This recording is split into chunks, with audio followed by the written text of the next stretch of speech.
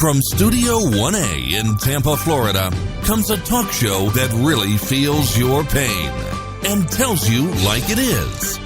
We love America and all that freedom-loving Americans want to protect.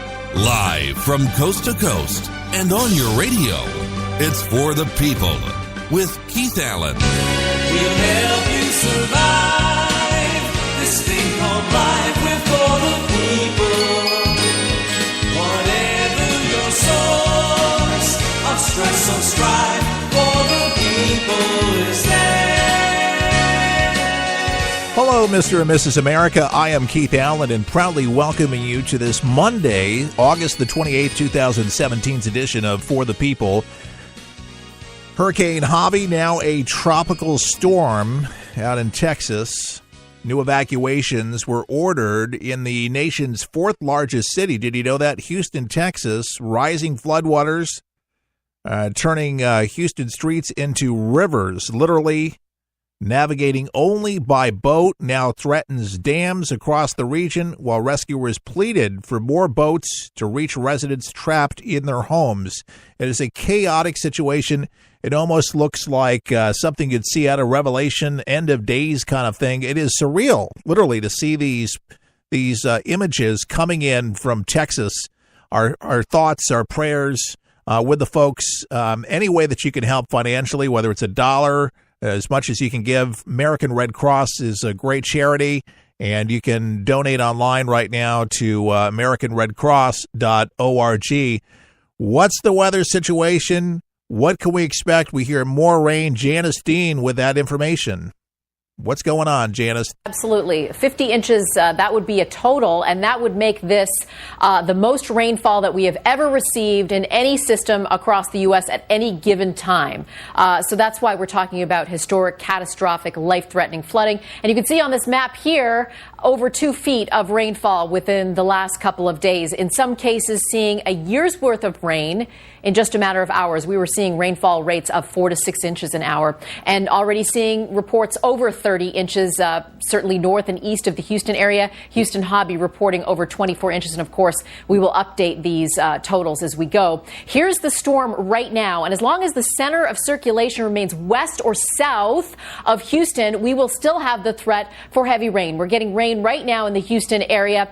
There's the track. Still a tropical storm, remains a tropical storm as we get into Tuesday, Wednesday, when hopefully we're starting to see this lift. But really, the next 72 to 100 hours are going to be crucial because the storm is going to sit and linger, nothing to steer it. Not only the threat for heavy rainfall, obviously, but tornadoes now for Louisiana, coastal Louisiana. And look at this heavy rain band that's moving into central Louisiana right now. In some cases, again, 3 to 4 inches of rainfall an hour. Tornado threat extends from Galveston towards Morgan City, west of New Orleans tonight. We're still going to see the threat for tornadoes. And the future radar, Sandra, shows this storm sitting and lingering Monday, Tuesday, Wednesday, even into Thursday, when finally we hope to see this storm get out of the way. But the damage is already done. This is a humanitarian crisis across the Houston area, one that they're going to be, looking after for decades, I think, to come. Chief Meteorologist Janice Dean from the Weather Center there at Fox News in New York. Thanks so much for that report. But there you go, folks. I'm looking at these pictures. You can't see them, but this tractor trailer, actually several of them on Interstate Highway 45, where you see these cabs of tractor trailers literally underwater there in Houston. Just surreal. It's just unbelievable. It's just mind-boggling. Now, it made landfall, right, as a Category 4 hurricane. And like I said in the first hour, if you listen, according to meteorologists, the reason it's been such a devastation is that it's lingered. It's moved so slowly, and it's just stayed in the area, just pumping out rain nonstop, and it's a tropical storm, and it's still raining. And the rising gray-green water that's basically just mixed with colors has chased thousands of people to the rooftops or higher ground, overwhelming the rescue workers that are trying to just keep up with the constant calls coming in for help. They're telling people because of the switchboards there in the Houston area, stop calling 911 unless literally you need your life saved because you are dying or something of that extort. If you're on the rooftop and you're not underwater, you're not submerged in water, don't call us. They can't keep up with it. What they need more than anything right now is what they're asking for is more boats to rescue more people. So that's the situation. Very chaotic situation going on. There's just no doubt about it, trying to find places for these people to be able to get out of the water, get some warm clothes on them. And basically people are getting boated out of the areas with just the shirt on their back, so to speak, and with their pets. I'm looking at a boat right now with people were being rescued from floodwaters from Dickinson, Texas. And Reuters is providing this information to us as we speak.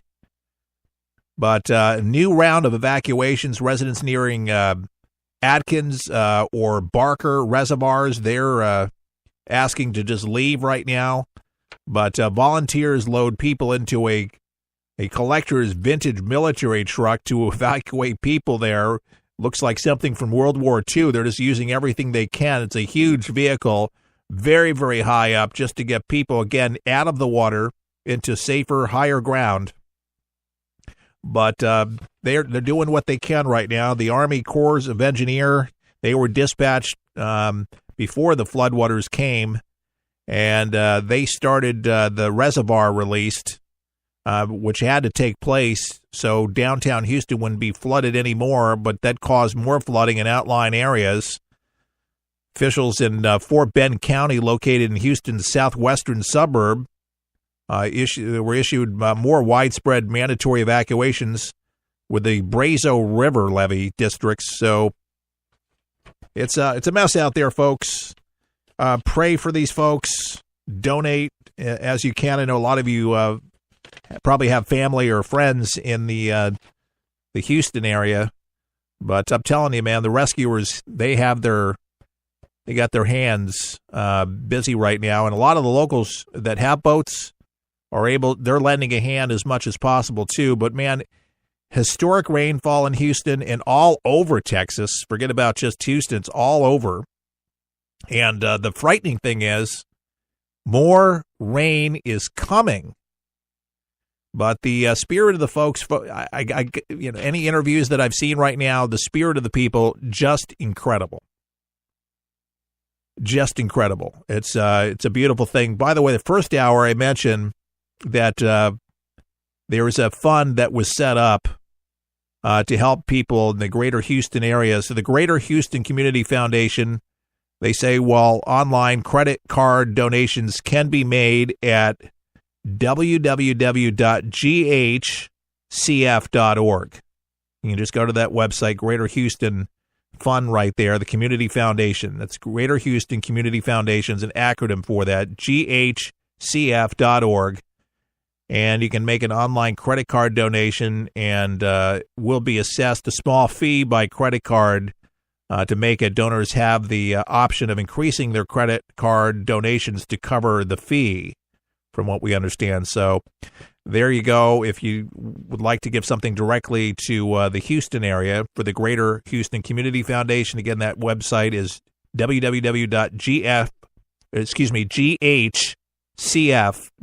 That's ghcf.org, or you can go to redcross.org. On the scene to really paint the biggest picture right now, if you're kind of thinking about, maybe you've seen some of the imaging, but a great reporter for Fox News, Casey Stegall, standing in water, literally up to his knees, reporting this. Check this out. So this intersection here, typically at this time, would be really busy. Lots of people would be going through here to go to work, to take the kids to appointments, whatever. Because look right there, Interstate 45. This is what takes you to Houston. Northbound, southbound goes to Galveston. Look at that on top of the North 45 sign, hurricane evacuation route. But guess what? Interstate 45 northbound is covered in water. You can't even get to Houston from it. And when you walk through here, you just really get a sense of how deep the water is and how widespread this is when we are some 27 miles from Houston.